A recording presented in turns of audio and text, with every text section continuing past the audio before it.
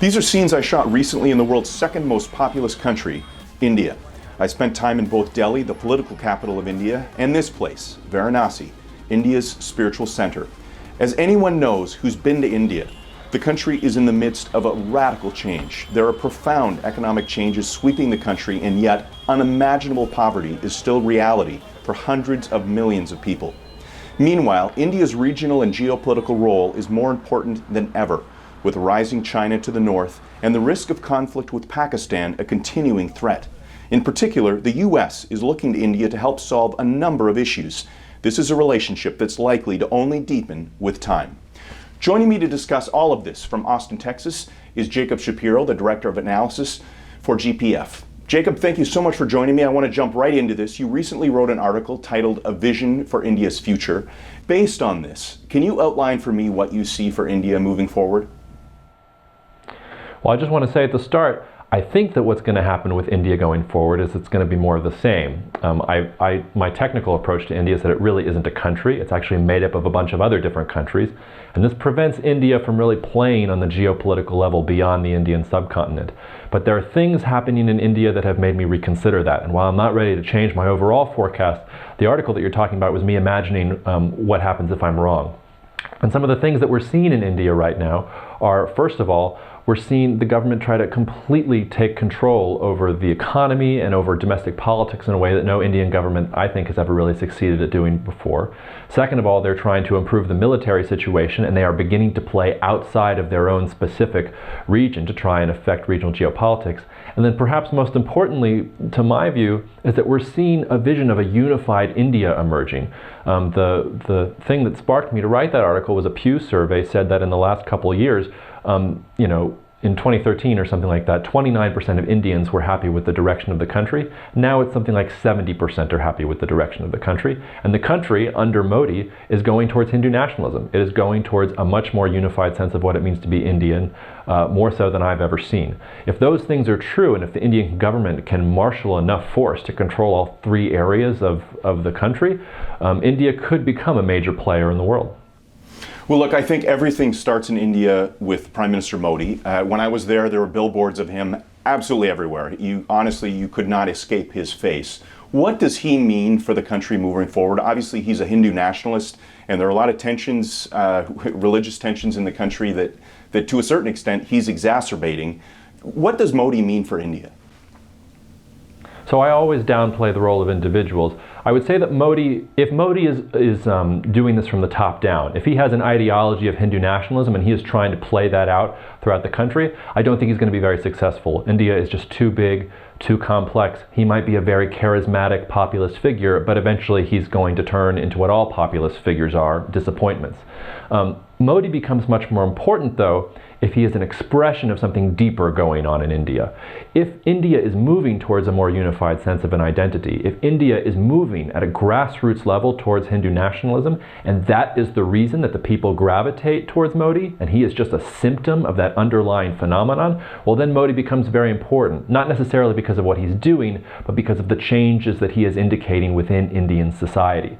My sense of him is that he's more of this top-down figure, but some of these data points that I've talked about, especially when people are happy with him tackling corruption, even though it means perhaps in the short term a worse economic future for some people, that tells me that perhaps there is something more under the surface going on here. Interesting. Okay, why don't we talk about India's relationship with the United States? I met with a very, very senior business figure in India, probably top 5 in terms of importance in the country. And what he told me in a private meeting that I had with him was that he was really concerned about the rise of China to India's north and what that would mean for India. And he felt like India needed to become more integrated with the United States. How was this manifesting? Well, I think the place that this is really manifesting is going to be in naval cooperation. India and the United States have already been sort of on the upswing since 2001. Since September 11th, the United States and India have had a better relationship, and it has It has been getting better all the time, but the place where the rubber is really going to meet the road here is in naval cooperation. Remember that India and China are separated by the Himalayas. There's no real way for India and China to really fight with each other unless both of them develop navies and both of them start encountering each other on the high seas.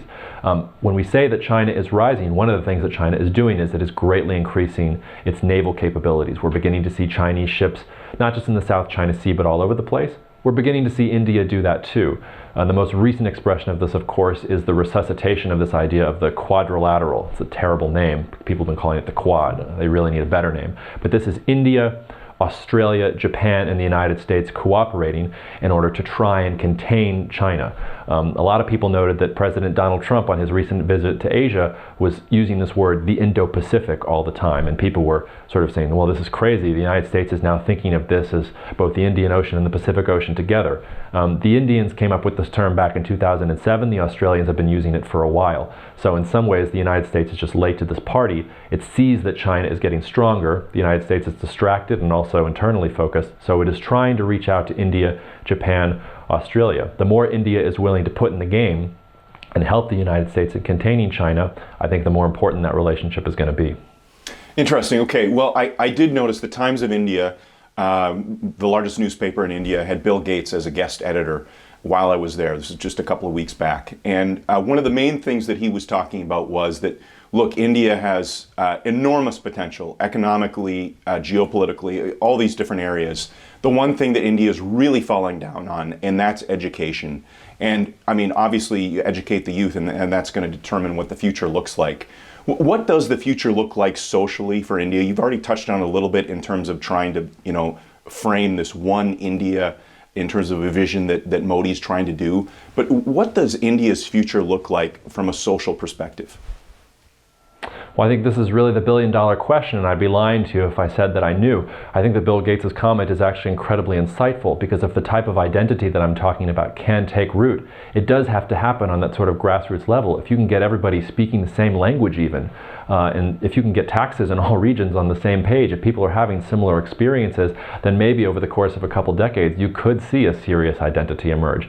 My sense is that this is too much, that this is an ephemeral stage of consolidation, that India, like a lot of different other countries in the world, is sort of backing away from globalization and is looking for a greater sense of meaning, and therefore is being drawn to this idea of Hindu nationalism. But ultimately, I don't think it can hold. I think when you just look at the sheer complexity, and by complexity I mean number of religions, number of ethnicities, number of different languages spoken, number of different cultural norms, that's just a few that we have to get on the table. I don't think that India is going to be able to impose this on the top down, and that I think means that in the long term you're still going to have a huge country with a lot of potential that won't be realized, because it's just going to remain very poor, very fractured. There'll be places within the country that people can make a lot of money and that can project a lot of strength, but overall India is going to be hemmed in the subcontinent.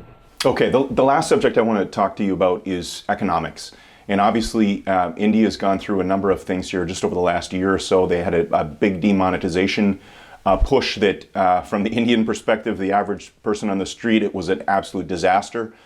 Even the business leader that I met with said that it was not rolled out properly. And yet, at the same time, they have these transformational things that they're trying to do. They're trying to bring in this big GST. It's a tax that they're going to roll out across the entire country. What do you see economically for India? Yeah, I've heard this narrative that demonetization was a catastrophe. It wasn't. It did exactly what Modi wanted it to do. He was able to fill the coffers with tax dollars that were, get a tax on black money. He was able to take cash away from opposing parties who were trying to use cash to buy votes in different regional elections. And overall, the common people didn't decrease their support for Modi, even though they were strung up and even though they couldn't get access to capital. You mentioned the goods and services tax. I see that Modi now is going a step further. He's not going to be satisfied with just demonetization. Now he's going after real estate, where a lot of people buy real estate with fake names and use that to try and get around taxes. And gold, which is one of the major markets in India. India is one of the major players in gold in the world. Modi has set his sights on that and wants the Indian government to be able to assert a lot more control there. In the long term, we have seen what state-controlled economies look like. It's not very good.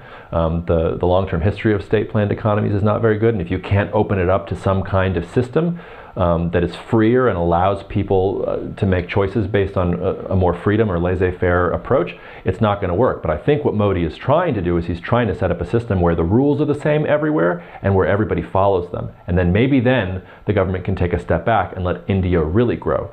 But until India can do that, then India really remains just, you know, a group of different regions where different types of companies can get different types of concessions and therefore move along. So I think the economic future, you know, you said that demonetization to some people was a catastrophe.